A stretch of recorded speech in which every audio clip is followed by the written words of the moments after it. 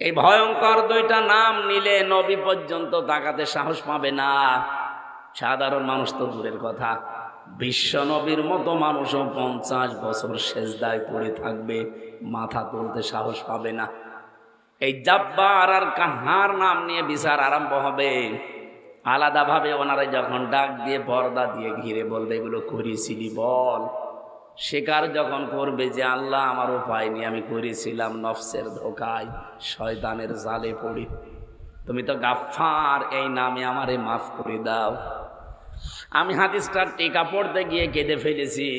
ডাক দিয়ে বলবে রব্বুল আলামিন, হে আমার বান্দা, কাউকে বলবি না, যাদের গোপনে মাফ করে দিলাম।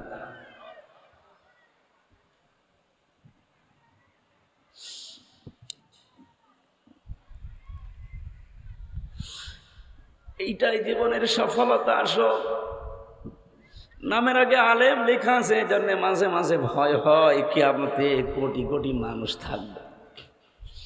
এই 50 জন মানুষের সামনে বললাম না, 22 দিনের হিসাব যদি তুলে ধরে তাই আমার মাথা কাটা যাবে।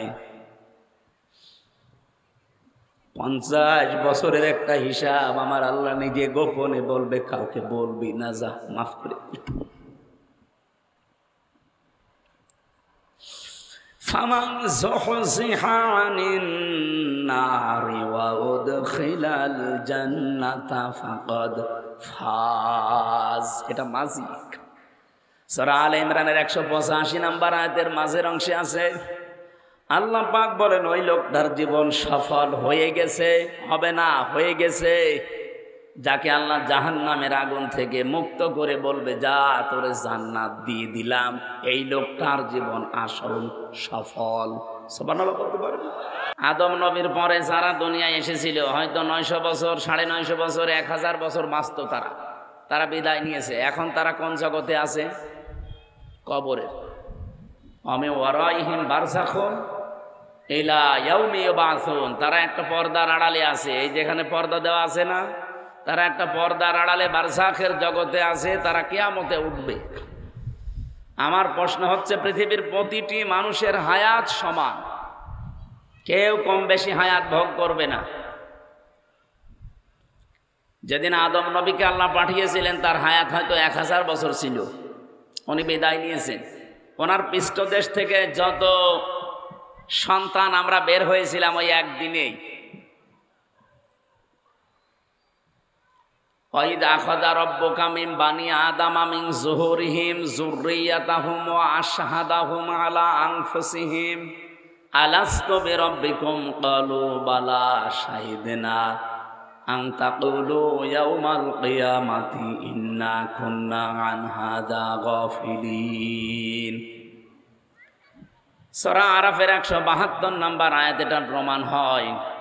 স্মরণ করো ওই সময়ের কথা, যখন আদম নবীর পৃষ্ঠদেশ থেকে তার সন্তান নারী পুরুষদেরকে আমি একবারে বের করে নিলাম, সামনে রেখে প্রশ্ন করলাম, আমি কি তোমাদের রব না? যত রূহ ওই সময় আমার সামনে ছিল, প্রত্যেকেই জবাব দিয়েছে, ক্বালু বালা, অবশ্যই আপনি আমাদের রব। আমরা কি ছিলাম না? এই জবাব দেওয়া লাগবে, ছিলাম না আমরা? তাহলে ওই একদিনে সবাইকে আল্লাহ বের করেছিলেন। আল্লাহ পাক বলেন, আন তাকুলু ইয়াউমাল কিয়ামাহ ইন্না কুন্না আন হাযা গাফিলিন। এই কথাটার সাক্ষী কিন্তু আমি আর আমার ফেরেশতারা থাকলাম। সবাই যে বললে ক্বালু বালা, যে অবশ্যই আপনি আমাদের রব, এই যে শাহিদ না বহু বচন দিয়েছেন, শুধুমাত্র আমি আল্লাহ একা না, আমার ফেরেশতারা এবং তোমরা নিজেরাও সাক্ষী এ বিষয়ে। কিয়ামতের দিন এই সম্পর্কে আমি কিন্তু প্রথমে 5টা প্রশ্ন করব। মা তাযালু কদামা বানি আদামা আবদি ইয়াউমাল কিয়ামাতি হাত্তা ইসালান খামসিন। এখানে 5টা বিষয় আছে। নবীজি বলেন, কিয়ামতে আল্লাহ প্রতিটি মানুষকে তার নিজের সামনে দাঁড় করাবেন। প্রত্যেকটি মানুষকে আল্লাহ নিজের সামনে দাঁড় করাবেন, আলাদা আলাদা প্রতিটি মানুষকে। কথাটা মনে রাখেন, মা তাযালু কদামা বানি আদম আবদিন ইয়াউমাল কিয়ামাতি আন উমরিহি ফিমা আফনা ওয়াং শাবাবিহি ফিমা আবলা ওয়া আম্মালিহি মিন আইনা ইকতাসাবাহু ওয়া ফিমা আনফাকাহু ওয়া আন ইলমিহি মাযা আমিলা ফিহি মুত্তাফাকুন আলাইহি। ও ঝিনাইদহবাসী, আজকের ওয়াজ আমার নিজের জন্যে। যারা যারা কানের কোহরে এটা পৌঁছায় আপনি মনে করবেন এটা আমার জন্যে। বিশ্বনবী যদি এখন বেঁচে থাকতেন, এই হরিণাকুণ্ড এই ময়দানে এসে যদি এই কথাগুলো শুনতেন, আপনি যেভাবে মনোযোগ দিয়ে শুনতেন ওইভাবে শোনা লাগবে। কারণ নবী এখন নেই, আমি নবীর ওয়ারিস। আর দলীয় পরিচয় সব এখন বাদ। যেহেতু কিয়ামতে প্রতিটি মানুষকে আল্লাহ নিজের সামনে দাঁড় করাবেন, আমি এখানে দুইটা পয়েন্ট পেয়েছি। এক নম্বরে সাধারণ জেনারেল ভাবে সবাই আলাদা আলাদা দাঁড়াবে। যে তোমরা সবাই জেনারেল মানুষ, এখানে প্রত্যেকেই কিন্তু আলাদা দাঁড়ানো লাগবে। এবার নিজের দিকে তাকিয়ে ভাবেন তো, আপনি যদি সত্যিই দাঁড়ান আল্লাহর সামনে, আপনার যা জীবন আপনি সত্যিই কি জবাব দেওয়ার মতো? আমার এই 33 বছরের দিকে আমি এখন তাকালাম। আমি একা একা থাকলে আমার মাঝে মাঝে মনে হয় যদি আল্লাহ এখনই দাঁড় করিয়ে বলে, হামজা 2024 সালের এমনকি 2025 সালের মার্চ মাসের 31 তারিখ পর্যন্ত তোরে মাফ করে দিলাম, যা হিসাব দেওয়া লাগবে না। শুধু এপ্রিল মাসের এই 22 তারিখ 1 থেকে 22 দিনের হিসাব দিয়ে জান্নাতে চলে যা। আমার তো মনে হয় 22 দিনের হিসাব দেওয়া আমার দ্বারা সম্ভব না। আপনারা পারবেন না? আপনারা পারবেন? এ হুজুর পারবে, এ হুজুর পারবে, দাড়ি বড় বড় আছে। হিসাবে শব্দটা যে কত কঠিন। যাদের জীবনে টেন্ডেন্সি তৈরি হয়ে গেছে যে আমার হিসাব দেওয়া লাগবে, আল্লাহর কসম তার জীবন পরিচ্ছন্ন হয়ে যাবে। ওই যে মক্কার ওই মানুষগুলো কেন এত পরিবর্তন হয়েছে? ওদেরকে যখন কিয়ামতের এই হিসাবের নিকাশ যখন মিলিয়ে দিয়েছে নবীজি, বিশ্বনবী তাদেরকে আখেরাতে কিয়ামতে এই ময়দানে মাহশরের কথাগুলো বলতেন যে এই জীবন না, আর একটা জীবন সামনে আসতেছে। 50 আলফা সানা মিম্মা তাউদ্দু, 1-2 করে যেভাবে গণনা করো, কিয়ামতের এক একটা দিন হবে এরকম 50,000 বছরের মতো লম্বা। এটা কঠিন। এই জায়গাটাই মনে করেন আমরা নিজেরা দাঁড়িয়ে আছি। আমি যে 2টা পয়েন্ট বলেছিলাম, একটা বলছি প্রত্যেকে আলাদা ভাবে দাঁড়ানো লাগবে। আমি তো বললাম আমার এই 22 দিনের হিসাব এখনো মেলানো সম্ভব হয়নি, তাহলে 33 বছর পুরাটা তো বাদই দিলাম। আমার চাইতে ভাই আরো বয়স্ক, উনি যদি এখনই চোখ বন্ধ হয়ে যায়, আল্লাহ ওনাকে সামনে দাঁড় করিয়ে বলবে, বেটা বল, এই যে তোর 50 বছরের একটা হায়াত কাটালি আমার দুনিয়াতে, কি করে কাটালি বল দেখি। আমার তো মনে হয় ওনার জীবনের পুরা হিসাব এখন মিলানো সম্ভব না। 7 দিন আগে যদি বলি, আজকে চলছে হয়তো বুধবার না মঙ্গলবার, গত মঙ্গলবারের সকালে কি দিয়ে খেয়েছে 10 মিনিট সময় দিলেও বলতে পারবে না। 50 বছর মিলাবে কি করে?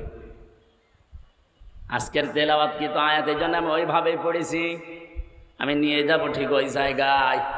প্রথম পয়েন্টটা বলছিলাম এইভাবে যে প্রতিটি মানুষ যেহেতু আল্লাহর সামনে দাঁড়াবে, প্রত্যেকেই তার নিজ নিজ যোগ্যতা অনুযায়ী দাঁড়ানো লাগবে। দ্বিতীয় নম্বরে কি? দ্বিতীয় পয়েন্টে আমি এই হাদিসের ব্যাখ্যা পড়তে গিয়ে টিকায় পেয়েছি কিয়ামতে যে 2টা বললাম সিস্টেম, একটা সবাইকে আলাদা আলাদা, আর দ্বিতীয় সিস্টেমে আলেমদের আলাদা।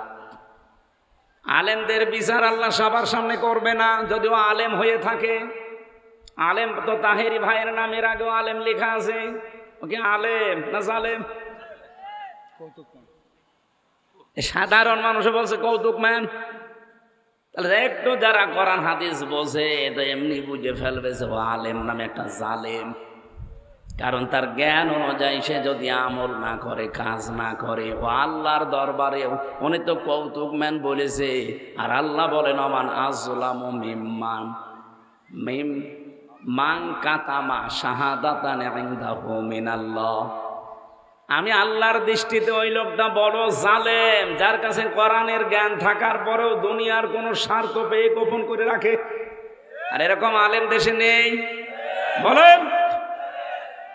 এ বাংলাদেশের সব আলেম যদি আমরা এক সুরে কথা বলতাম, 15.5 বছর না 54 বছরও বাংলাদেশে কেউ কোরআনের অনুষ্ঠানে বাধা দেওয়ার সাহস পেত না। আমরা তো এক সুরে বলতে পারি না। আরে কোরআনের কথা তো আমিও বলছি, ফারুকিও বলছে, সবাই তো এক সুরে যদি বলতাম, আমারে বাধা দেয় আর ওনারে দাওয়াত দেয়, তার মানে ভেজাল আছে। কথা বলছে না কেন? এই জন্য আলেম যদি সত্যি আলেম হতে পারে, ওর ভুল ত্রুটি তো মানুষ হিসাবে হবে। কিয়ামতের দিন ওই লোকটাকে আল্লাহ নিজে ডাক দিয়ে পর্দা দিয়ে ঘিরে ফেলবে, ডাক দিয়ে বলবে, ফারুকি এই কাজগুলো করেছিলি। যেহেতু উনি জানে যে আমার সব আল্লাহর কাছে আছে।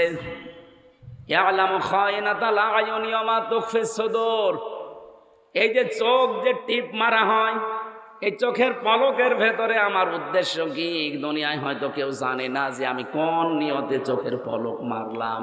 এটা জানে কে? আমার চোখের পলকও যদি উনি বুঝে ফেলে, চশমার ফাঁকা দিয়ে আমি কি নজরে তাকাই কেউ জানে না। এমনকি অন্তরের ভেতরের খবর তো কারো জানার কথা না। আল্লাহ সদর দিয়েছেন, মনের ভেতরে যদি কোনো কল্পনাও আসে পৃথিবীর কেউ জানলে কেউ জানার কথা না, ওটা আমি আল্লাহ আরো সে বলে জেনে ফেলি। এই জন্য সব যে দোনার নখ দর্পণে বলতে বাধ্য হবে, আল্লাহ আমার এগুলো হয়ে গেছে, দয়া করে তোমার এই গাফফার নামের খাতিরে মাফ করে দাও। এই জন্য কিয়ামতে আল্লাহ প্রথমে নেবে, কিন্তু গাফফার নাম নেবেন না, উনি প্রথম নেবেন জাব্বার আর কাহার। এই ভয়ঙ্কর দুইটা নাম নিলে নবী পর্যন্ত তাকাতে সাহস পাবে না। সাধারণ মানুষ তো দূরের কথা, বিশ্ব নবীর মতো মানুষও 50 বছর সেজদায় পড়ে থাকবে, মাথা তুলতে সাহস পাবে না।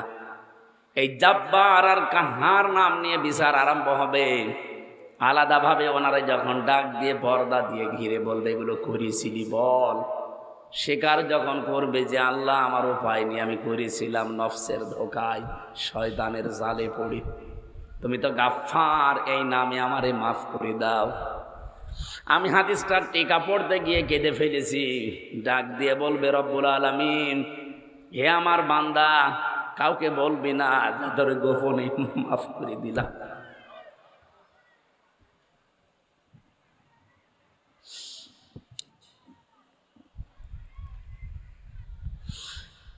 এইটাই জীবনের সফলতা। আসো, নামের আগে আলেম লেখা আছে, এই জন্য মাঝে মাঝে ভয় হয় কিয়ামতে কোটি কোটি মানুষ থাকবে। এই 50 জন মানুষের সামনে বললাম না, 22 দিনের হিসাব যদি তুলে ধরে তাই আমার মাথা কাটা যাবে।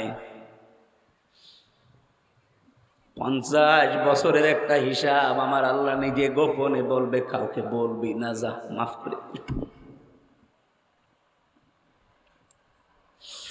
ফামান যুহযিহা আনিন নারি ওয়া উদখিলাল জান্নাতা ফাকাদ ফাজ। এটা মাজিক।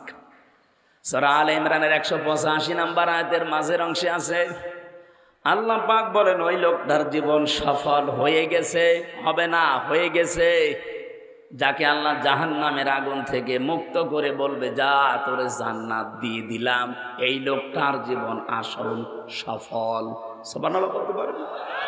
এটা তো 1 নাম্বার কথা। 2 নাম্বার আয়াতের তাফসীর হচ্ছে, যেই মানুষটাকে দুনিয়ার এই জীবনে আল্লাহ আস্তে আস্তে জাহান্নামের কাজগুলো ছেড়ে দেওয়ার সুযোগ দেবে আর জান্নাতের কাজগুলো আস্তে আস্তে করার তৌফিক দেবে, আল্লাহ বলেন ওই লোকটার জীবন সফল। আপনি এবার নিজের দিকে তাকিয়ে বলেন তো, জাহান্নামের কাজগুলো কি আস্তে আস্তে ছেড়ে দিতে পারছেন? জান্নাতের কাজের দিকে আস্তে আস্তে এগিয়ে যেতে পারছেন? যদি যেতে পারেন, আপনি বিশ্বাস করবেন আল্লাহ আপনার উপরে দয়া করেছে। আয়াতের আমি 2টা তাফসীর পেয়েছি। আয়াতের আসল সফলতা যেহেতু কিয়ামতে, দুনিয়াও সফল হবে তখন যখন দেখবেন আস্তে আস্তে দুনিয়ায় জাহান্নামে যাওয়ার কাজগুলো সব বন্ধ করে দিতে পারছি, জান্নাতে যাওয়ার কাজগুলো আমি আস্তে আস্তে এগিয়ে যেতে পারছি। আমি কথা তুলেছিলাম পৃথিবীর মানুষের সম্মান আল্লাহ কোথায় রেখেছে অনেকে জানি না, এদিকে ওদিকে দৌড়ায়। আল্লাহ বলেন ঈমান আনার পরে যদি ও যোগ্যতা অনুযায়ী আমল করতে পারে, জ্ঞান অনুযায়ী, দিন যত যাবে দুনিয়া আখিরাতে তার সম্মান আল্লাহ বাড়াতেই থাকবে। আল্লাহ এইরকম যোগ্যতা আমাদেরকেও যেন দান করেন। এই জন্য যারা স্টেজে বসে আছে হাজী আরজান আলী ভাই সহ প্রত্যেকের সম্মান কামনা করছি, তার ঈমান এবং এই জ্ঞান অনুযায়ী যারা আমল করে তাদের। সামনে বসে আছেন যারা সম্মানিত ভাইরা, পর্দার আড়ালে আমার মা আর বোনেরা, প্রশাসনের ভাইরা এসেছেন আইন শৃঙ্খলা ঠিক রাখার জন্যে। সবাইকে নিয়ে আল্লাহর দরবারে শুকরিয়া জানাচ্ছি। আজকের এই অনুষ্ঠানটা এটা ইবাদত। কোরআন বোঝার জন্য যদি কেউ সময় ব্যয় করে, সম্পদ ব্যয় করে, কিয়ামতে আল্লাহ যখন হিসাব ধরবেন তখন এই সময় এই সম্পদটা হিসাবের বাইরে রাখবেন। আজকে যদি 1-1.5 ঘন্টা 2 ঘন্টা সময় কোরআনের একটা আয়াত বোঝার পেছনে আমরা ব্যয় করতে পারি, কিয়ামতের দিন আল্লাহ যখন হিসাব শুরু করবেন এই 1-1.5 ঘন্টা মাইনাস থাকবে, এগুলো হিসাবের বাইরে। এই জন্যে আমার মনে হয় জীবনে সব সময় কোরআন কেন্দ্রিক চালানো দরকার, যে কিয়ামতে যেন জবাবই দেওয়া না লাগে। কি কথা বলেন এখানে? এর বাইরে গেলে আপনার জীবন ধ্বংস হয়ে যাবে। আহলুল কোরআনি হুম আহলুল্লাহি ওয়া খাসাতুহু। কোরআনওয়ালা যারা, এই মানুষগুলো আল্লাহর পরিবারভুক্ত এবং খাস ব্যক্তি আল্লাহর কাছে। এই জন্য কোরআনের বাইরে যাওয়া যাবে জীবনকে নিয়ে। আজকের আলোচনাটা কোরআনের সাথে সম্পৃক্ত, এই জন্য এই ময়দানের দামও এখন বেড়ে গেছে। এই যে স্কুল ময়দান নেই, এখন এটা জান্নাতের বাগান। সুবহানাল্লাহ বলে। আর জান্নাতের বাগানে সহসায় আল্লাহ জাহান্নামী কোনো মানুষকে প্রবেশ করতে দেবে না।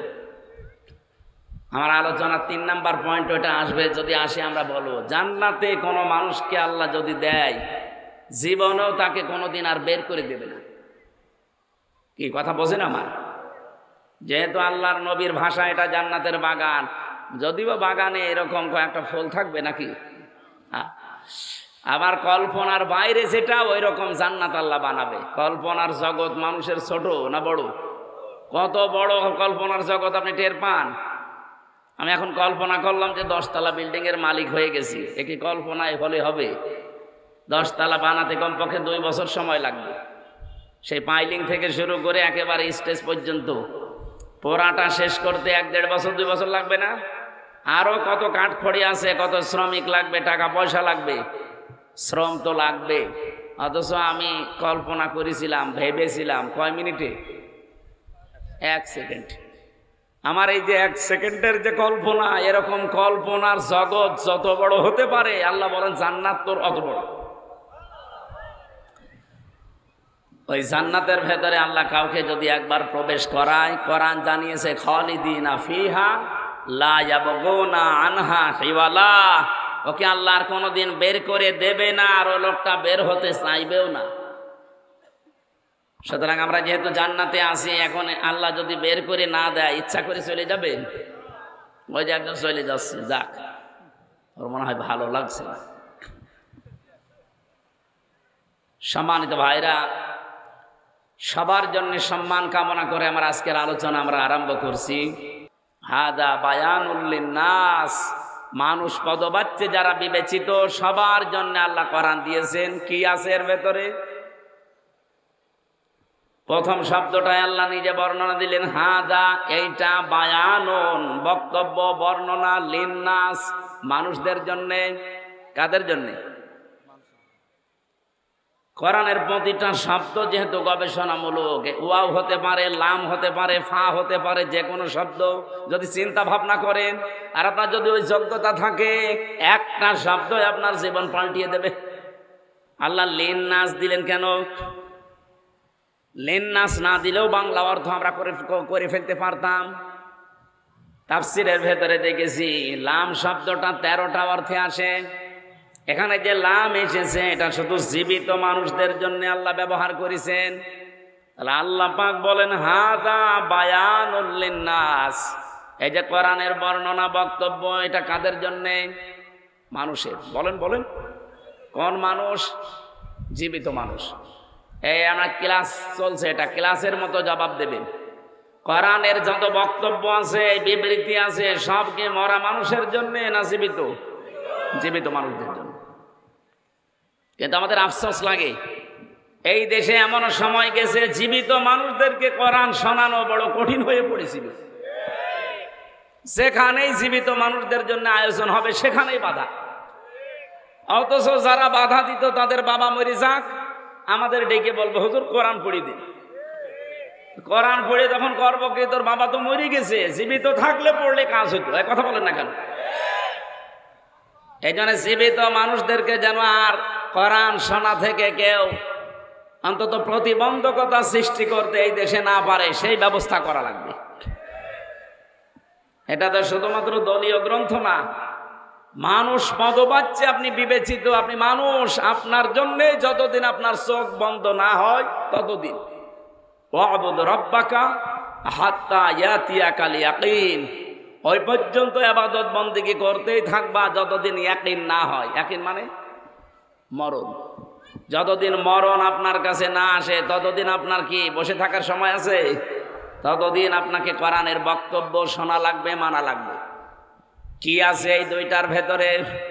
আল্লাহ বলেন হুদান, 1 নম্বরে পথ নির্দেশিকা আছে, 2 নম্বরে মাউইযাতুন, প্রেসক্রিপশন আছে, উপদেশ আছে। ডাক্তারের কাছে গেলে আপনার শরীর চেক আপ করার পর উনি প্রেসক্রিপশন লিখে 4টা বিষয় দেখবেন থাকে ওখানে। এদিকে ডাক্তারের পরিচয়, এরপরে আপনার নাম লিখবে, আপনার বয়স লিখবে, ডাক্তারি ঔষধগুলো লিখবে একটার পরে 4। এই যে ডাক্তার বসে আছে, এটা যদিও হাতুড়ির ডাক্তার, তারপরও ডাক্তার। 4-5টা ঔষধের নাম লিখে ঔষধের ডোজ লিখবে, যে এটা ডোজ এবং কতদিন চলবে ওখানে লিখে দেয়। কয়দিন পরে আপনি ডোজ আবার কমিয়ে ফেলবেন, এরপরে শেষের দিকে লিখে বলে যে 7 দিন, 15 দিন, 1 মাস পরে আবার দেখা করবে। এখানে পুরাটা মিলিয়ে দেখবেন 4টা বিষয় আছে। আমি ডাক্তারের এই প্রেসক্রিপশনের সাথে পুরা কোরআন মিলিয়ে দেখেছি, আল্লাহ 4টা জিনিস দিয়ে পুরা কোরআন এই মাউইযাতুন শব্দ দিয়ে সাজিয়েছে। সুবহানাল্লাহ বলতে পারেন না?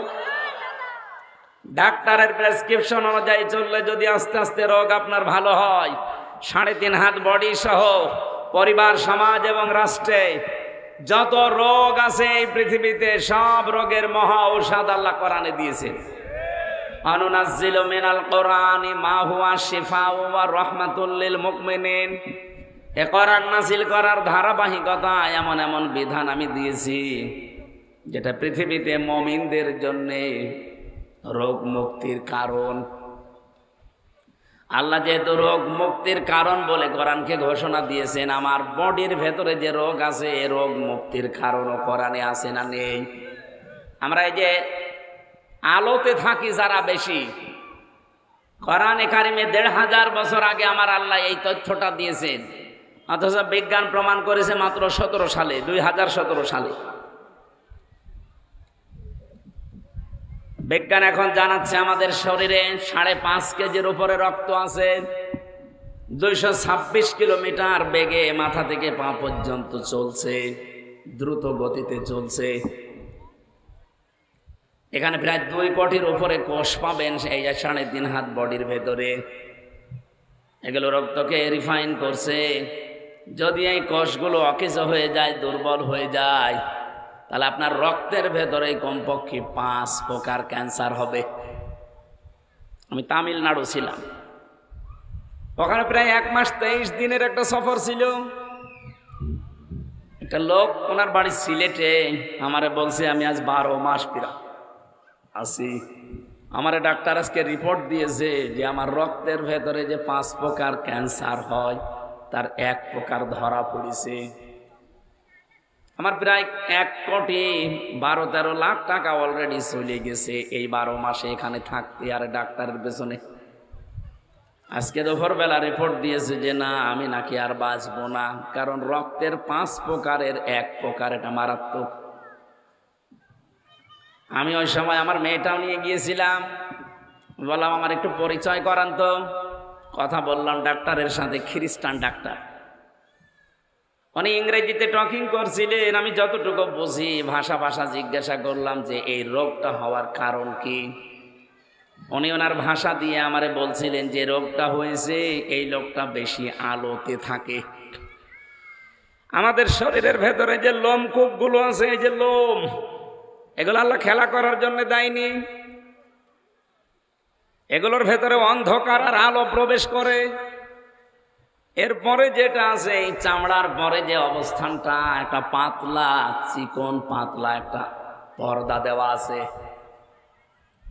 এই আলো আর অন্ধকার গুলো প্রবেশ করে রক্তের ভেতরে মেশে এগুলো পুরা শরীরকে রিফাইন করার জন্য 24 ঘন্টা এর ভেতরে কাজ করছে অজানা এক শক্তি। খ্রিস্টান তো ও অজানা এক শক্তি বলেছে, কিন্তু আমি কোরআনে সূরা ওয়াকিয়ার তাফসিরে হাদিসের পাতার ব্যাখ্যায় পেয়েছি এটা অজানা শক্তি না, এটা হচ্ছে ফেরেশতা। ফেরেশতারা এই দায়িত্বটা পালন করছে। এই যে আমি কথা বলছি, আমার এক একটা কথা তৈরি হতে কয়েক ইঞ্চি জায়গা, 27টা ধাক্কা লাগার পর একটা কথা তৈরি হয়। এখানে 27টা স্তর আছে।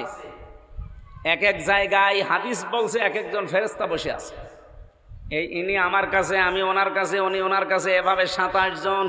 26 নাম্বার পর্যন্ত ঠিক আছে।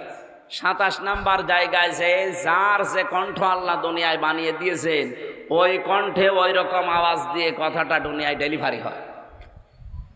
এগুলো সব দায়িত্ব যদি অবহেলা করে, জীবনও আপনি কথা বলতে পারবেন না, সে তো গা গো শব্দ হবে, কথা বলতে পারবেন না। এই জন্য 5টা জিনিস আল্লাহ আলাদাভাবে রব নামের কারণে প্রতিটি বান্দা বান্দিকে ভিক্ষায় বলা যায়, ভিক্ষা দিয়েছে। সেটা হচ্ছে শ্রবণ শক্তি, দর্শন শক্তি, বাক শক্তি, আকেল শক্তি আর ঘ্রাণ শক্তি। এই 5টা দুনিয়ায় কেউ দেয়নি, মা বাবাও দেয়নি। মা বাবার বীর্য দিয়ে আনলে আমি কম্পিউটারের ভেতরে পেয়েছি বিজ্ঞান এতাম মতামত, মায়ের বীর্য দিয়ে আল্লাহ 4টা, বাবার এই নাপাক পানি দিয়ে আল্লাহ 4টা। চুল, রগ, হাড় আর পর্দা, রক্ত, গোশত, চর্বি আর চামড়া, এই 4 8টা জিনিস যখন এক হয়, আল্লাহ নিজে তার পক্ষ থেকে আরো 5টা জিনিস আলাদাভাবে ওই রব নামের কারণে দান করে। ওয়াজআলা লাকুমুস সামআ ওয়াল আবসারা ওয়াল আফইদা। এটা সূরা নাহালের ভেতরে আছে, 14 নম্বর পারা, 14 নম্বর পৃষ্ঠা, 13 নম্বর লাইনের 78 নম্বর আয়াতের মাঝে আছে এই তথ্য। আপনি নোট করে নিয়ে বাড়িতে মিলাবে। আল্লাহ বলেন এই 5টা জিনিস আমি নিজের পক্ষ থেকে দান করলাম। আমি যদি একটাও কম দিতাম দুনিয়ায় আসতে, কিন্তু পূর্ণাঙ্গ হয়ে আসতে না। বলেন তো, আল্লাহ যদি এই যে বাক শক্তি না দিত, কথা যেটা বলি, তাহলে দুনিয়ায় আসতাম বোবা হয়ে। বোবা আসে না অনেক বোবা? ওই জিনিসটা আল্লাহ তারে দেয়নি। যদি আল্লাহ দর্শন শক্তি না দিত, দুনিয়ায় আপনি আসতেন ঠিক, কিন্তু কানা হয়ে আসতেন। অনেক কানা আসে না? তার মানে ওই জিনিসটা আল্লাহ তারে দেয়নি। মাঝে মাঝে এই জন্য এই 5টা জিনিস নিয়ে একটু ভাবি, আল্লাহ যদি একটাও কম দিতে, মানুষ আমারে হামজা বলে ডাকতো না। যদি দর্শন শক্তি না পেতাম, মানুষ বলতো কানা। কি বলতো? কানা হামজা। আমার যদি সত্যি বাক শক্তি না থাকতো, কথা বলতে না পারতাম, বলতো বোবা হামজা। যদি কান না থাকতো, সত্যি মানুষ আমারে ডাকতো কালা হামজা বলে। শুনতে খুব ভালো লাগতো না? বলেন। একবার কুমিল্লাতে খাবার খাচ্ছিলাম এক মাহফিলে, গণহারে খাবার দিয়েছে। পাশে দেখে এক অন্ধ বসে খাবার খাচ্ছে, সাথে আমি টের পাইনি। হঠাৎ করে দেখলাম বিদ্যুৎ চলে গেল। আমরা তো চিল্লা পাল্লা করছে, ওই তাড়াতাড়ি বিদ্যুতের ব্যবস্থা করেন, অথবা জেনারেটর লাগান, আলো নিয়ে আসেন। অন্ধ আমার হাত চেপে ধরে বলছে, হুজুর মাত্র 1.5-2 মিনিট কারেন্ট চলে গেছে, আপনি চিল্লাচ্ছেন। অথচ আজ 42 বছর আমার জীবনে কোনো কারেন্ট নেই। আমার ভাইরা, উনি আমারে বলছে আমার চোখ ভালো ছিল, ছোটবেলা আমি দেখতে পেতাম, হঠাৎ টাইফয়েড হওয়ার কারণে আমার চোখটা নষ্ট হয়ে গেছে। আজ 42 বছর হয়ে গেল আমি দেখতে পাই না।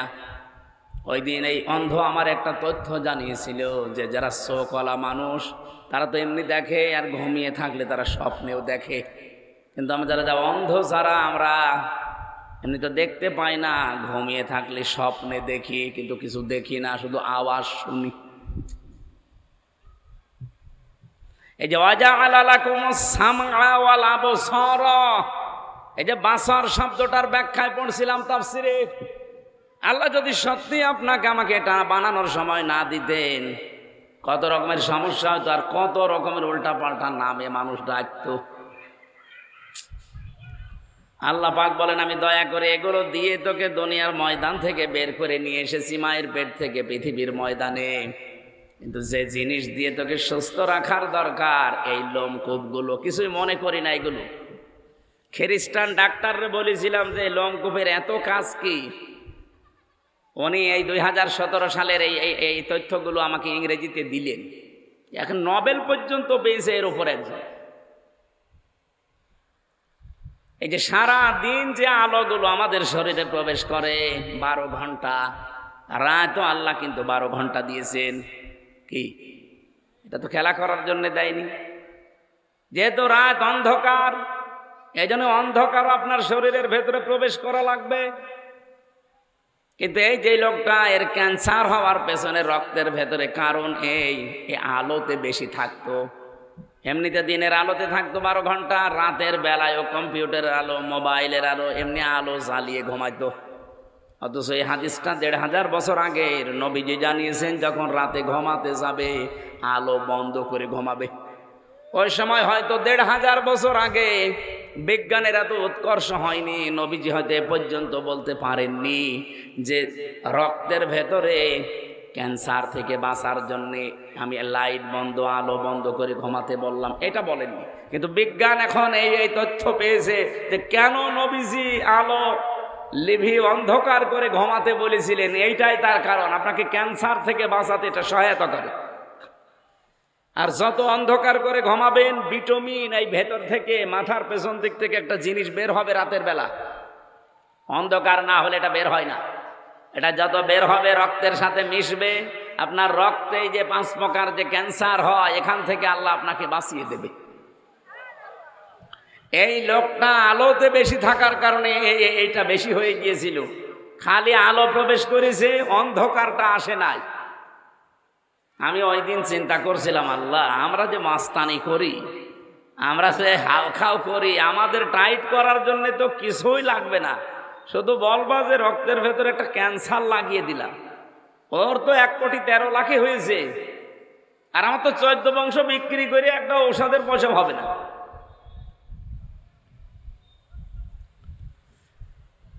এই জন্য মাওয়াইজাতুন, এই যে উপদেশটা, প্রেসক্রিপশন, উনি যেমন প্রেসক্রিপশন অনুযায়ী আস্তে আস্তে যদি আবার ডাক্তারের ট্রিটমেন্ট নিতে পারে যেভাবে দেওয়া দরকার, আবার আগের অবস্থায় ফিরে যাবে, সুস্থ হবে। আল্লাহ রাব্বুল আলামিন শুধু 3.5 হাত বডি না, পরিবার, সমাজ, রাষ্ট্রে যত রোগ আছে, এই রোগগুলোকে যদি আমরা সত্যি বিদায় করতে চাই, এই প্রেসক্রিপশনের ভেতরে 500 ঔষধ আছে। কয়টা? যেটা আমরা শরীয়তের আইন বলে জানি। এই 500 ঔষধ যদি বাস্তবে আমি সব জায়গায় সেট করতে পারতাম, তাহলে আমরাও আমার ব্যক্তিগত জীবন থেকে একেবারে আন্তর্জাতিক জীবন পর্যন্ত সব জায়গায় যে রোগগুলো এখন আমাদেরকে দুর্বল করে রাখছে, এই রোগ থেকে আমরা বাঁচতে পারতাম। আমরা একটা রোগের কথা দিয়ে আরম্ভ করছি আজকে, যেহেতু একটা হাদিস পড়েছিলাম, হযরতে আবু যর রাদিয়াল্লাহু তাআলা আনহু থেকে বর্ণিত, মুসলিম শরীফের হাদিস। নিজের সাথে মিলাবেন হাদিসটা। মানিদ্দাগা মা লাইসা লাহু ফালাইসা মিন্না ওয়ালিয়াতাবাওয়া মাকআদাহু মিনান নার। নবীজি বলেন, এই পৃথিবীতে যে জিনিসের মালিক তুমি না, ওটা যদি জোর করে নিজের দায়িত্বে দখলে নিয়ে নাও, যেই দিন থেকে ওইটা নিজের দখলে নিয়ে নেবে, ওই দিন থেকে তুমি আমার উম্মত থেকে বের হয়ে যাবে। বুঝতেছেন? কিছু বোঝেন? যেই জিনিস আপনার না, ওইটা যদি আপনি নিজের দখলে নিয়ে নেন যেভাবেই হোক, ওই দিন থেকে আপনি আর উম্মত নেই। ইহুদি কি দাবি করে যে আমি মুহাম্মদের উম্মত? জবাব দিলেন না কেন? কোন ইহুদি বলে যে আমি মুহাম্মদের উম্মত, কোন খ্রিস্টান বলে আমি মুহাম্মদের উম্মত, কোন হিন্দু বলে? যেই লোকটার যে জিনিস না, ও যদি ওইটা দাবি করে নিজের দখলে নিয়ে নেয়,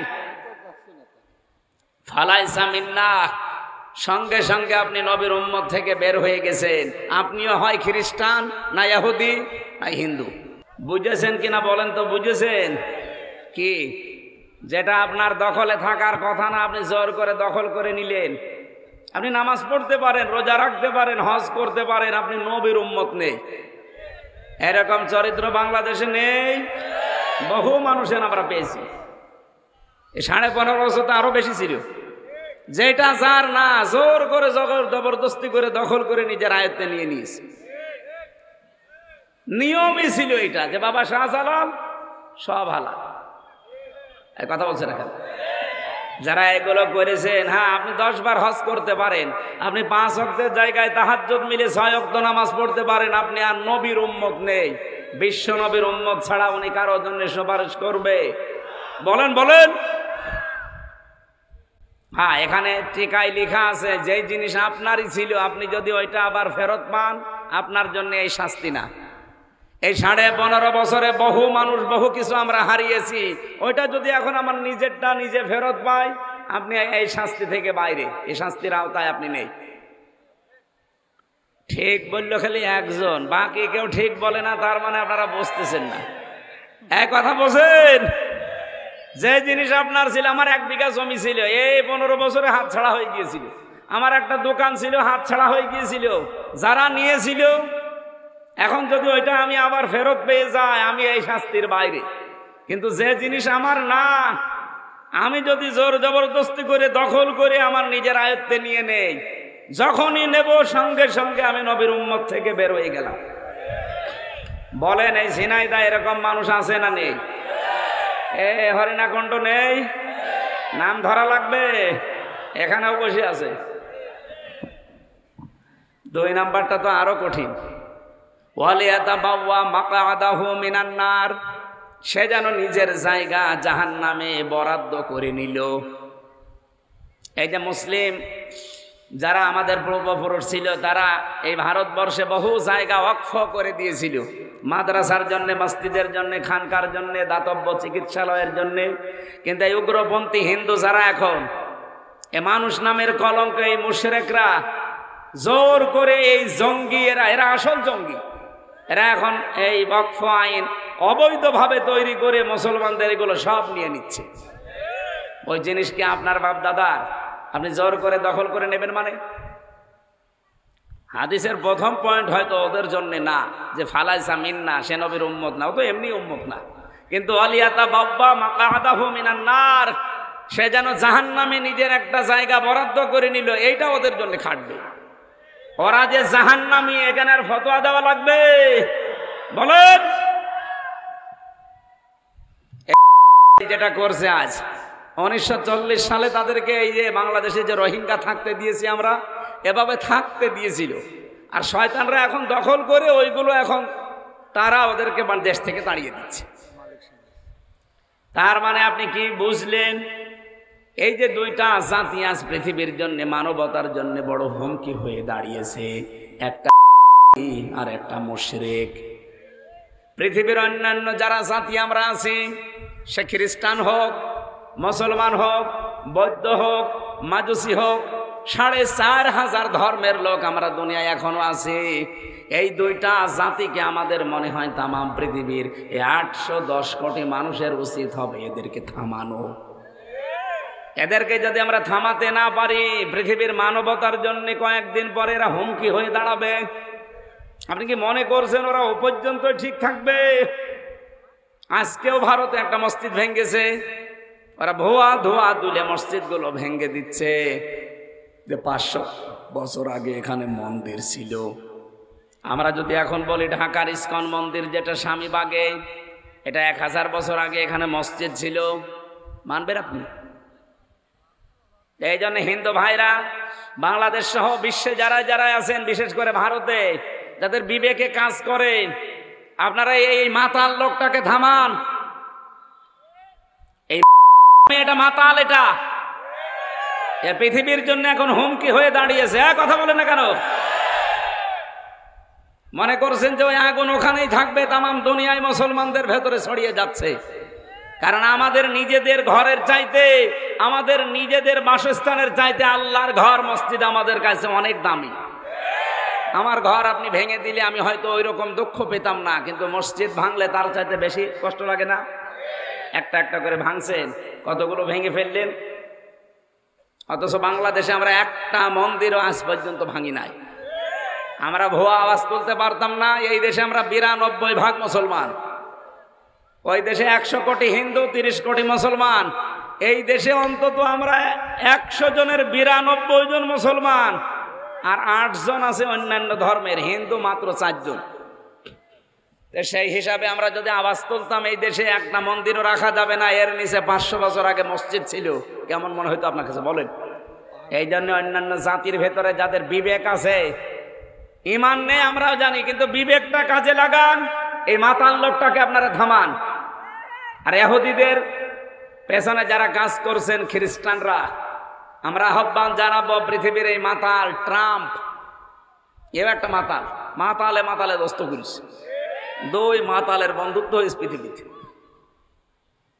এই মাতালদেরকে যারা চালাচ্ছে তাদের ভেতরে 6 জনের নাম পেয়েছি আমি। 1 নাম ইয়াহু, এটা একটা নির্ভেজাল টাটকা শয়তান। আমি তার শয়তান দেখিনি, যদি দেখতাম আমার মনে হয় এই যে লোকটা প্রেসিডেন্ট এইরকমই হইতো, শয়তান মনে হয় এইরকমই হইতো। কতগুলো মানুষকে নিজের দখলে নিয়ে সব বাড়িঘর থেকে উচ্ছেদ করলে আমরা এই হাদিস থেকে প্রমাণ চাই, প্রমাণ করতে পারি ইহুদি আর মুশরিক যারা উগ্রপন্থী, এই 2 জাতি জাহান্নামে যাবে। জাহান্নামে অলরেডি ওরা ওদের নিজের আসন বরাদ্দ করে রেখেছে। এ ফতোয়া আর কি কারো কাছে নেওয়া লাগবে? সুতরাং এদের জন্য কি দোয়া করা জায়েজ আছে? না, ইহুদিদের জন্য দোয়া করা জায়েজ নাই। অদরিবাত আলাইহিমুজ জিল্লাতু ওয়াল মাসকানা ওয়াবাউ বিগদাবিম মিনাল্লাহ। আল্লাহ পাক বলেন আমি ওদের জন্য 3টা শাস্তির ব্যবস্থা করলাম। 1 নম্বরে দরিবাত আলাইহিমুজ জিল্লা, তাদের উপরে জিল্লতি অপমান আমি চাপিয়ে দেব। কিয়ামত পর্যন্ত পৃথিবীর কোন সৃষ্টি ইহুদিদের দেখতে পারে না। যদি পৃথিবীর কোন সৃষ্টি দেখতে না পারে, যারা দেখতে পারে ওরা কি পৃথিবীর সৃষ্টির ভেতরে? কথা বুঝতেছে? 2 নম্বরে তাদেরকে অভাব অনটন দিয়ে ঢেকে ফেলবো। 3 নম্বরে সব সময় আমি আল্লাহ তাদের উপরে রেগে থাকবো। শুধু এটা ইহুদিদের জন্য নাজিল হয়নি, পৃথিবীতে ওরা সত্য জানার পরে মানে নাই। ওদের তাওরাতে, ওদের ইনজিলে লেখা ছিল আমাদের নবী মুহাম্মদুর রাসূলুল্লাহ শেষ নবী, সর্বশ্রেষ্ঠ নবী। এই যে সত্যকে সত্য জানার পরও মানে নাই, এই জন্য আল্লাহ এতগুলো বরদোয়া দিয়েছেন। অদরিবাত আলাইহিমুজ জিল্লাতু ওয়াল মাসকানাতু ওয়াবাউ বিগদাবিম মিনাল্লাহ। আজ বাংলার বুকে যে মুসলমান নামধারী দাবি করার পরে সত্যকে সত্য জানার পরে মানেন না, আমি কি নাম ধরব? সত্যকে সত্য জানার পরে যারা মানতে চান না, হয় হিংসা করে নাই অহংকার করে। আপনিও হয় ইহুদি, নাই খ্রিস্টান, নাই মুশরিক। আমি কথা বোঝাতে পেরেছি, আমার বিশ্বাস। এখন কেউ না বোঝার ভান করে থাকলে আমার কিছু করার নেই। সত্যকে সত্য জানার পরেও যারা মানতে চায় না, হয় হিংসা করে মানে না, নাই অহংকার করে মানে না। এই কথা বলুন, এরাও হয় ইহুদি, খ্রিস্টান, নাই মুশরিক। উনি আল্লাহকে অনুসন্ধান করছিলেন। প্রথমে তারকা দেখে বলেছিলেন এইটাই আমার মাবুদ হবে। যখন ডুবে গেছে বলছে না, ডুবে যাওয়া জিনিস আমি মানি না। চন্দ্র দেখলেন, বললেন এটা আর একটু বড় লাগছে, এটা আমার মাবুদ হবে। ওইটাও যখন ডুবে গেছে বলছে না, ডুবে যাওয়া জিনিস আমি পছন্দ করি না। সকালবেলা যখন সূর্য উঠেছে বলে হাদা আকবার, এটা বড়, এইটাই বড় রব। ওইটাও যখন সন্ধ্যাবেলা ডুবে গেছে বলছে না, যারা ডুবে যায় আমি ভালোবাসি না, পছন্দ করি না। ইন্নী ওয়াজ্জাহতু ওয়াজহিয়া লিল্লাযী ফাতারাস সামাওয়াতি ওয়াল আরদা হানিফা ওয়া মা আনা মিনাল মুশরিকিন। অনেকে মনে করে যে যায় নামাজের দোয়া। কে বলেছে আপনাকে? এই কথা বলে ইব্রাহিম আলাইহিস সালাম ঘোষণা দিয়েছিলেন, হে আমার জাতির লোকেরা, এতদিন পর্যন্ত তোমরা যা করেছো, আমরা যা দেখেছি সব কিছু থেকে আমি মুখ ফিরিয়ে নিলাম। শব্দের দিকে খেয়াল করে দেখেন, ইন্নী ওয়াজ্জাহাতু ওয়াজহিয়া লিল্লাযী ফাতারাস সামাওয়াতি ওয়াল আরদা হানিফা। শুধু আমি লোক দেখানোর জন্যে, মানুষকে দেখানোর জন্যই মুখ ফিরিয়ে নিয়েছি তা না, হানিফা, আমি একনিষ্ঠভাবে সব দিক থেকে আজকে মুখ ফিরালাম। হয়তো আমার বাবা রাগ করতে পারে, আমার জাতির লোকেরা রাগ করতে পারে, মন খারাপ করতে পারে, যেহেতু আমি আজকে বুঝে ফেলেছি যে সবই ভুয়া, এই তারকা চন্দ্র সূর্য কেউ আমার ইবাদত বাবার যোগ্য না, আমি মুখ ফিরিয়ে নিয়েছি। হানিফা এই জন্যে মাঝখানে দিয়েছেন। আমি একনিষ্ঠভাবে আজকে মুখ ফিরালাম। কে কি মনে করবে, কে কি ভালোবাসবে, রাগ করবে, কারো দিকে আমার নজর নেই। ওমা আনা মিনাল মুশরিকিন, আর আমি ঘোষণা দিলাম যে আমি মুশরিক না। কি না বলেন বলেন, মুশরিক কি? এই যে শিরিক যারা করে তারা আমরা মুশরিক বলি। শিরিক কি? আমি তাফসিরে শিরিক বিজাত, শিরিক বিসিফাত, শিরিক বিল ইখতিয়ারা, শিরিক বিল হুকুক, এরকম 120 প্রকার পেয়েছি। একটা একটা করে আলাদা আলাদা বলতে গেলে অনেক সময় যাবে। এক কথায় জবাব দিচ্ছি, আল্লাহ যেটা পারে ওইটা অন্য কেউ পারে, এই বিশ্বাস করার নাম শিরিক। কথা বুঝলে বলেন তো, আল্লাহ যেটা পারে ওইটা অন্য কেউ পারে, এই বিশ্বাস করার নাম। এই বিশ্বাস যারা করে তারা শিরিক করলো। শিরিক যে করে তাকে আমরা মুশরিক বলি। মুশরিকের জন্য জাহান্নাম ওয়াজিব, জান্নাত হারাম। এখন বলেন, বাংলাদেশে মুশরিক আছে না নেই? ছেলে মেয়ে দিতে পারে কে? অন্য কেউ পারে। এই বিশ্বাস যদি কেউ করে থাকে যে না, অনেক পীর ফকিরও পারে, অনেক কবরে মাজারেও পারে, যে মেয়ে লোকের যায়। সেদিন বগুড়াতে একটা বাস্তব ঘটনা, এক লোক এসে বলছে, হুজুর আপেল পড়িয়ে দিন। আমি সূরা ফাতিহা পড়ে ফু দিলাম। আমার কানের কাছে মুখ নিয়ে বলছে, এমন ভাবে আপেল পড়বেন যেন ছেলে হয়। আপেল দিলাম, ফেলি। আপেল ফেলি দিস কেন? আরে ভাই, আপেল পড়ে যদি ছেলে হইতো তো আমার বর 3টা মেয়ে হইতো না, খালি আপেল খাওয়াতাম। কি বিশ্বাস দেখেছে! কত মেয়ে লোক যদি বিয়ের 8-10 বছরে বাচ্চা কাচ্চা না হয়, আমার মনে হয় আল্লাহর উপরে বিশ্বাস পুরোপুরি ছেড়ে দেয়, দিয়ে বিভিন্ন কবরে মাজারে পীর ফকিরে। এই কথা বলছেন কেন? যেহেতু সন্তান দেওয়ার মালিক শুধুমাত্র হামজা, ও বলছে জি। এই কে বলেন? এটা অন্য কেউ পারে। যদি কেউ বিশ্বাস করে যে না তাবিজ কবজেও কাজ হয়, অন্য কেউ পারে, সে কি? আরো জোরে বলেন। দ্বিতীয় নাম্বারে, পৃথিবী চালানোর জন্য আইন লাগে। আইন তৈরি করতে পারে কে? এটা তো আমি বানালাম। সূরা আলে ইমরান 4 নম্বর পারা 9 নম্বর পৃষ্ঠা 3 নম্বর লাইনের 154 নম্বর আয়াতে আছে, মাঝের অংশ পাবেন, ইয়াকুলুনা হাল্লানা মিনাল আমরি মিন শাইইন কুল ইন্নাল আমরা কুল্লাহু লিল্লাহ। আল্লাহ পাক বলেন, নবী, দুনিয়ার মানুষ হয়তো আপনাকে জিজ্ঞাসা করবে যে ব্যক্তি, পরিবার, সমাজ, রাষ্ট্র চালাতে আইন লাগে, বিধান লাগে, এগুলো কি আমরা তৈরি করতে পারি? আল্লাহ পাক বলেন, নবী আপনি বলেন না, সব আইন তৈরি করতে পারে কে? সুতরাং এই পৃথিবীতে আল্লাহর তৈরি করা আইন বাদ দিয়ে আমরা যারা নিজের আইন তৈরি করি, আমরা শিরিক করছি। আর এই শিরিক বাংলাদেশে নেই। এবার অনেকে মনে করছে, হুজুর কোন লাইনে যাচ্ছে? কোন লাইনে না, আমি লাইনে আছি। শিরিক চলছে প্রকাশ্যে। আইন তৈরি করার ক্ষমতা পৃথিবীর কাউকে আল্লাহ দেয়নি, অথচ আমরা নিজেরা মন মতো বানিয়ে নিয়েছি। আরে নিজেরা মন মতো বানালেই তো হয়, আমার নিজের স্বার্থে হবে, নাই দলীয় স্বার্থে হবে, নাই দেশের স্বার্থে হবে। কিন্তু আল্লাহ পাক যখন বানাবেন, সবার স্বার্থে বানাবেন। এই জন্য চুরি করলে হাত কেটে দাও, শুধুমাত্র মুসলমানের না, যে কোনো মানুষ যদি চুরি করে আর এটা যদি সাক্ষ্য প্রমাণে ধরা পড়ে যে অভাবে না স্বভাবে চুরি করেছে, তার হাত কেটে দেওয়া লাগবে। বিধানকার। এটা শুধুমাত্র কি পুরুষের জন্যে? মহিলাদের জন্যে, মুসলমানদের জন্যে, সবার জন্য। যেহেতু আল্লাহ সবার জন্যে, সত্যি করে বলেন তো এই আইনটা বাংলাদেশে যদি সেই ৭২ সালে এদের স্বাধীন হওয়ার পরে যখন শুরু হয়েছিল, সংবিধানে যদি এই আইনটা ওই সময় কার্যকর করে দিত, এই দেশ থেকে এত টাকা চুরি হইতো। কত কিছু চুরি হয়ে গেছে আপনি জানেন।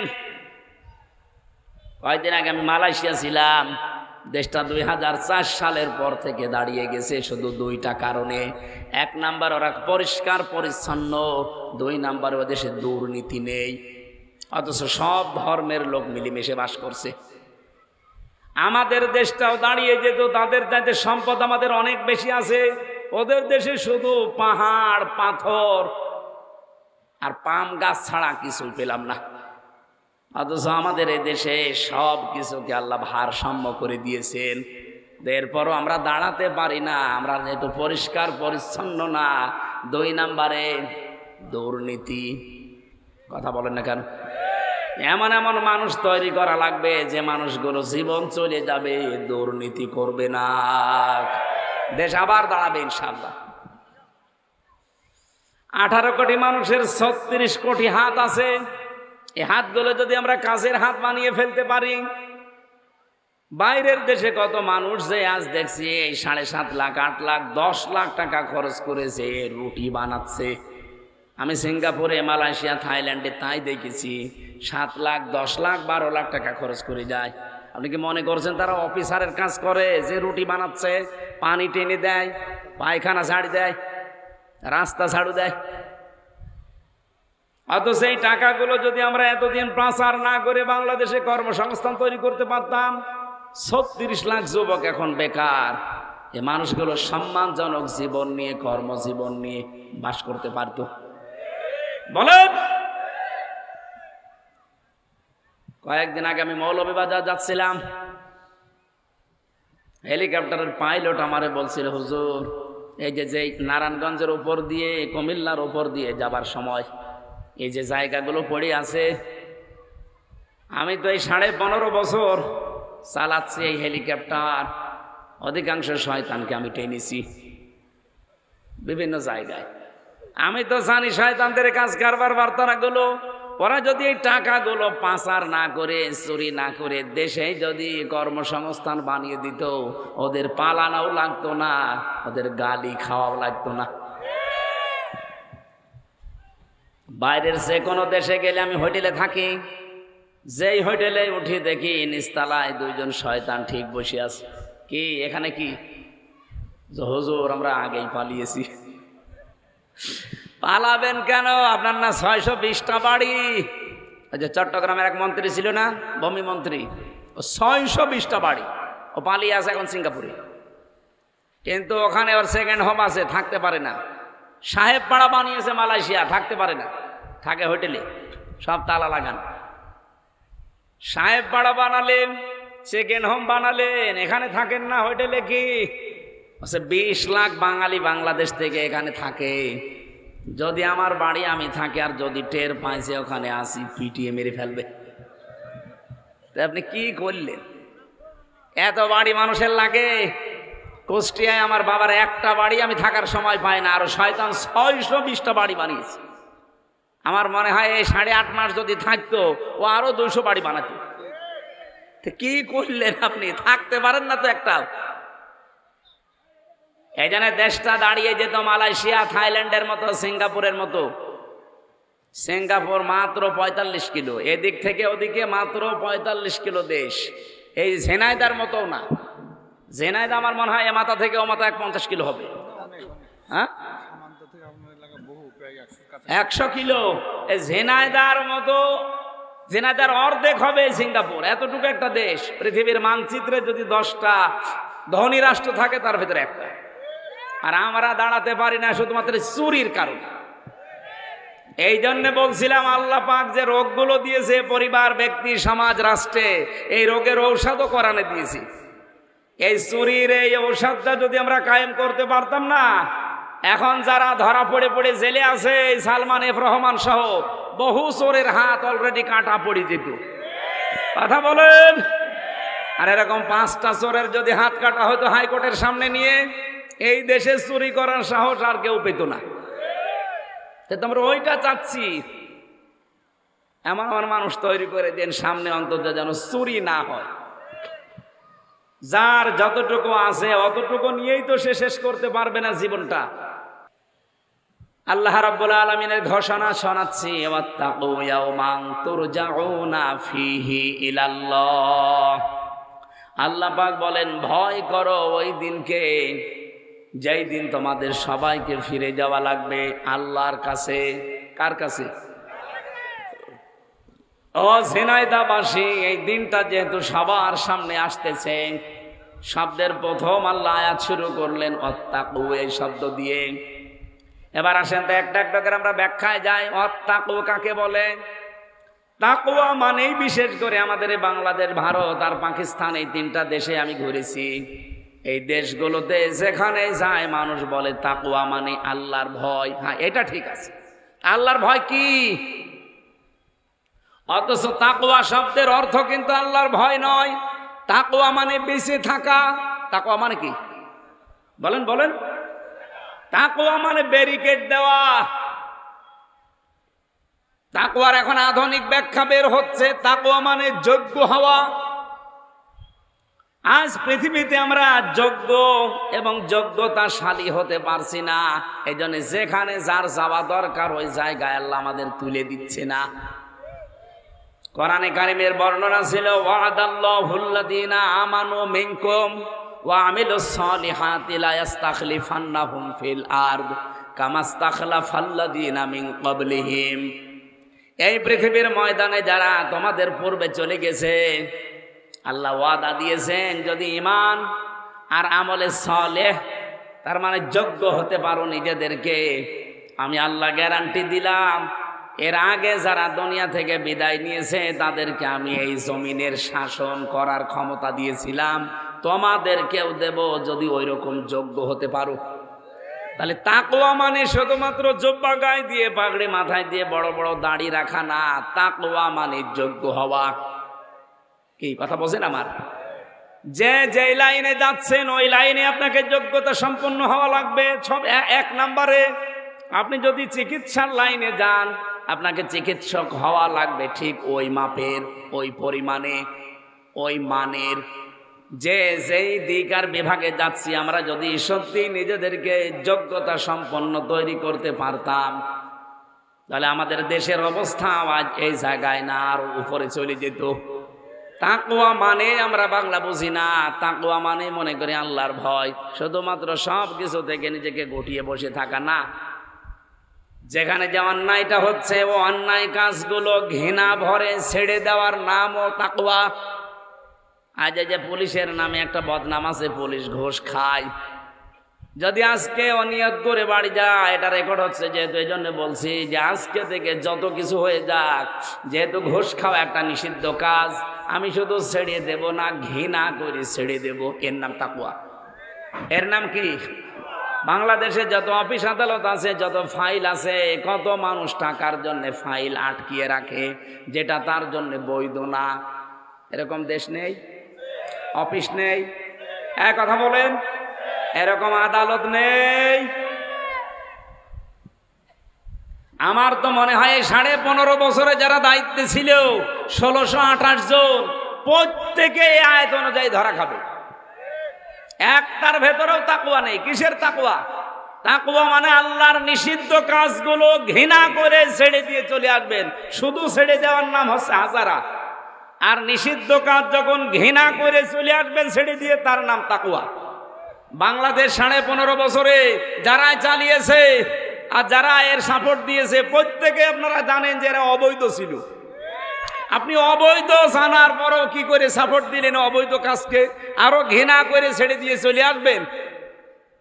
এই জন্য পৃথিবীর ইতিহাস আমি পড়তে গিয়ে, পর্যালোচনা করতে গিয়ে দেখেছি, এটা সূরা ইউনূসের তাফসিরে আছে, পৃথিবীর কোন জায়গা থেকে যদি কেউ চলে যায়, পালিয়ে যায়, চলে যাওয়া পালিয়ে যাওয়া একই কথা।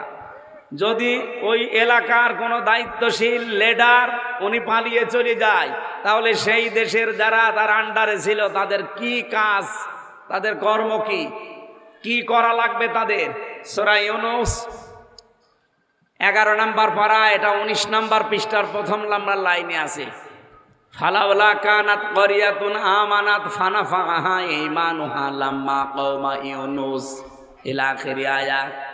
হযরত ইউনূস আলাইহিস সালাম কিন্তু আল্লাহর ভয়ের কথাগুলো মানুষদেরকে যখন শোনাচ্ছিলেন, আল্লাহর তাকওয়ার কথা, ভয়ের কথাগুলো, যোগ্য হওয়ার কথাগুলো বলতে বলতে জাতির লোকেরা রিসিভ করে নাই, একটাও মানে নাই।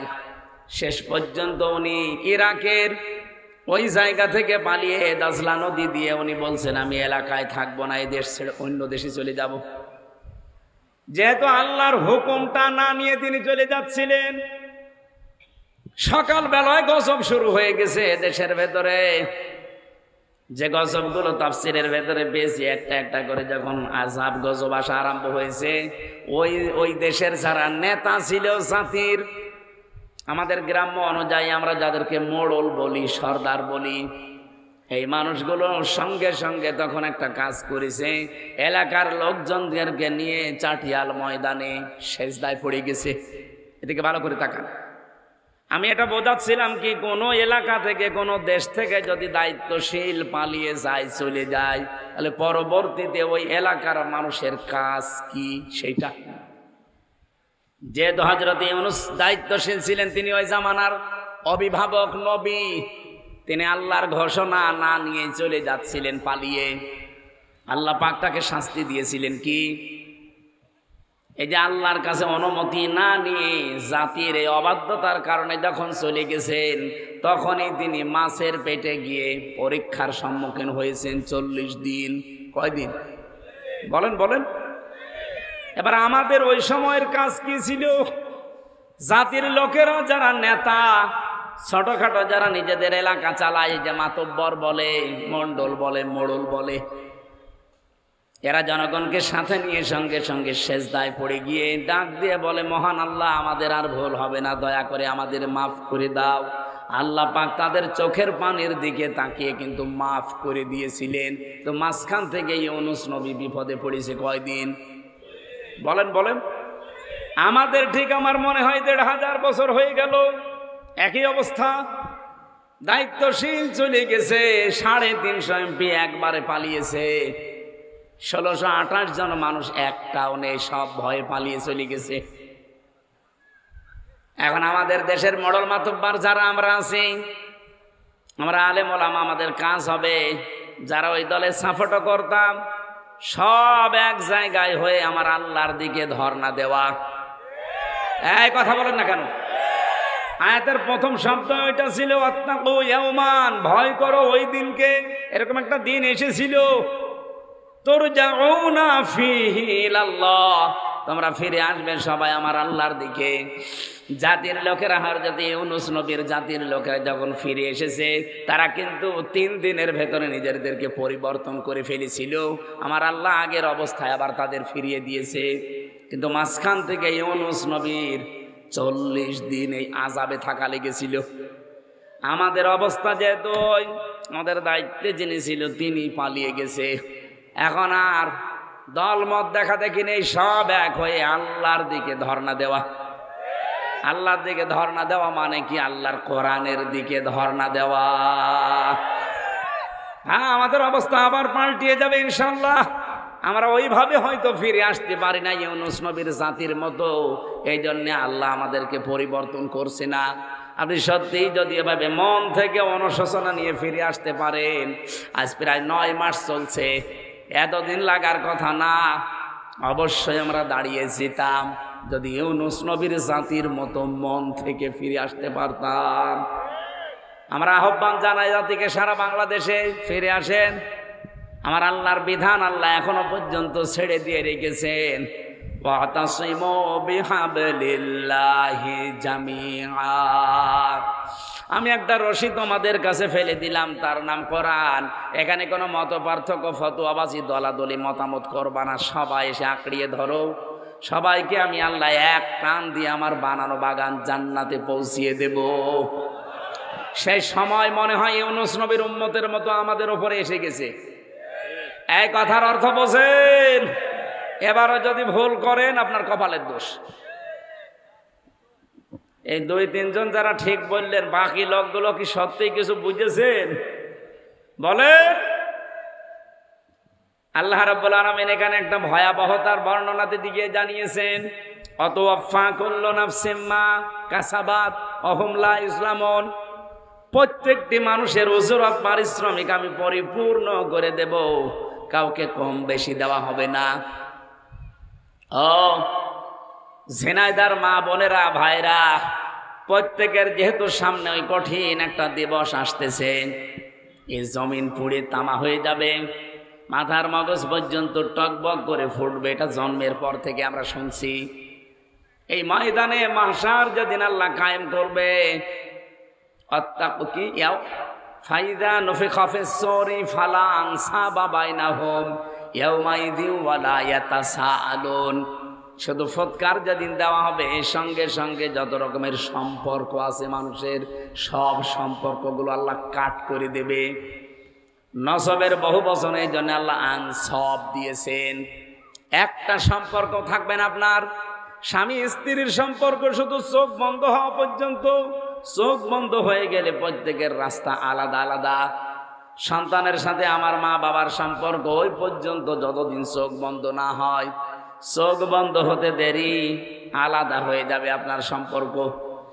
এই আয়াত পড়তে গিয়ে আমি তাফসিরে ফি জিলালিল কোরআনে পেয়েছি, এমন মানুষ আছে কিয়ামতে একটা নেকির জন্যে তার মায়ের বাপের পা ধরে 500 বছর পর্যন্ত খণ্ডন করবে। 500 বছর পরে ওর মুখের উপরে লাথি দিয়ে বলবে, কে তোরে আমি চিনি না। বলেন নাউজুবিল্লাহ। এই জন্য আমাদের দুনিয়ার এই ছোট্ট জীবনে আখিরাতের ওই দিনকে ভয় করে আল্লাহর কাছে যেহেতু ফিরে যাওয়াই লাগবে, অন্য কোনো জায়গা নেই। দল হিসাবে ধর্ম হিসাবে আলাদা আপনি মানতেই পারেন, কিন্তু ফেরা লাগবে সবাই কার কাছে?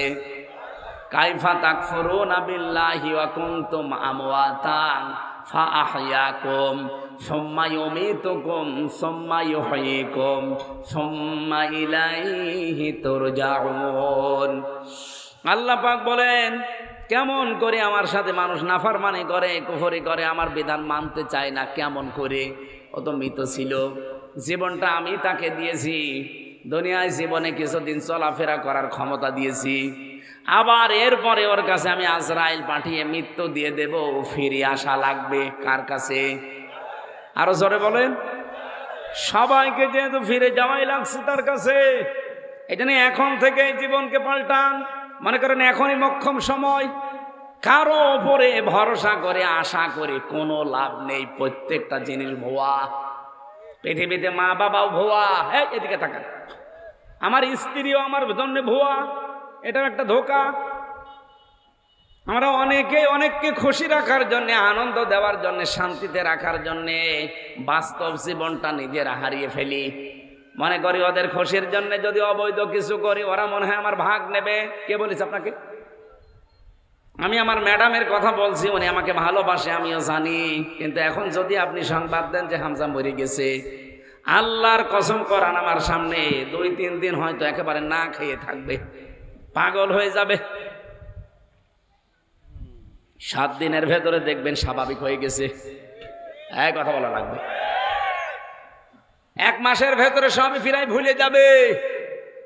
ওর সাথে যত স্মৃতি, আনন্দ, ফুর্তি সব আস্তে আস্তে ভুলতে আরম্ভ করবে। 4 মাস 10 দিনের ভেতর ওর বাবা দেখবেন অন্য জায়গায় বিয়ে দিয়ে দেবে। কি 4 মাস 10 দিনের ভেতরে যখন বিয়ে অন্য জায়গায় হবে, 5-7 দিন সংসার করার পর নিজে ওর বাবার কাছে কল দিয়ে বলবে, আব্বা হামজা তো আর কি ছিল, এজা পেয়েছি, হামজার চাইতে 100 গুণ ভালো। এই কথা বলছে না কেন? এটার নাম দুনিয়া। এই জন্য প্রতিটি মানুষের যেহেতু উজরত, তার পারিশ্রমিক যে যা উপার্জন করেছে দুনিয়ায়, ওইটা আল্লাহ তাকে ফেরত দিয়ে দেবে। ওহুম লা ইসলামুন, কারো উপরে 1 জাররা পরিমাণ জুলুম আল্লাহ করবে না। এই জন্য দুনিয়ার এই ময়দানে থেকে নিজের হায়াতটা, জীবনটা সম্পর্কে স্বচ্ছ ধারণা নিয়ে আখিরাতের পুঁজি তৈরি করার জন্য সচেষ্ট হওয়া দরকার। এটা বুদ্ধিমানের কাজ। এরপরেও যদি কেউ না করে যান, চোখ বন্ধ হলে আপনি ধরা খেয়ে যাবেন।